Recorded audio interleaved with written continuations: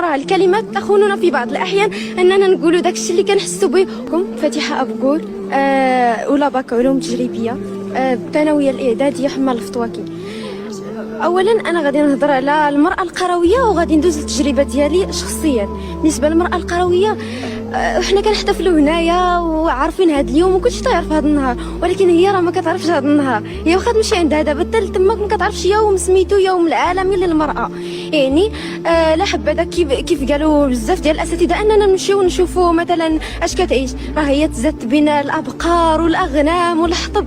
هي المراه بكل بساطه هي اللي كتنوض بكري وكتمشي ترعى وكتمشي تجيب الحطب وكتمشي تجيب الماء على بعد المنزل ديالها بكيلومترات. وانا كنوجه تحيه لكل مراه قرويه، المراه المغربيه اون جينيرال، ولكن المراه القرويه خاصه، لان انا طفله من المجال القروي، وكنوجه تحيه للام ديالي اللي ربطني احسن تربيه، وكذلك المراه القرويه عامه.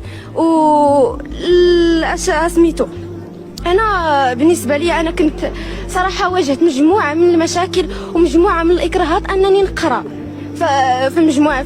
بالنسبه للجانب المادي ولا الجانب المعنوي، كيقول لك مثلا الاب، كيجي الاب كيقول لك لا راه الابنه ديالي الا كاع تقرا حتى للسادس وما غاديش نخليها مثلا تقرا الفتره سميتو المرحله الاعداديه والمرحله الثانويه.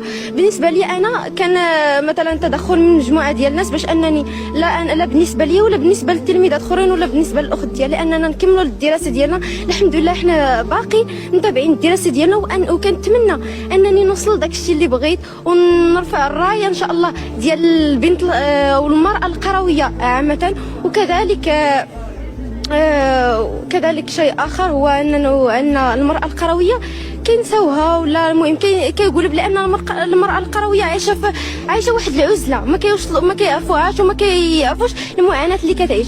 ومزيان اننا مثلا الا مشينا ونديروا شي تعاونيات بحال هكا اننا نعرفوا ديك المراه اش كتعيش ونحسوا بها ونعرفوا. المهم شكرا لكم بزاف لإتاحة الفرصه لي انني نهضر، ولو المهم راه الكلمات تخوننا في بعض الاحيان اننا نقولوا داك الشيء اللي كنحسوا به واننا نوصلوا الفكره ديالتنا. وشكرا لكم بزاف. شكرا.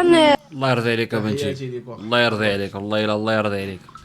ما كذبوش فاش قالوا عندما يجتمع الجمال الطبيعي والاخلاق الحسنه بنكهه الثقافه والرقي والبساطه. كاينه ولا ما كايناش؟ والله الا معقوله بالله.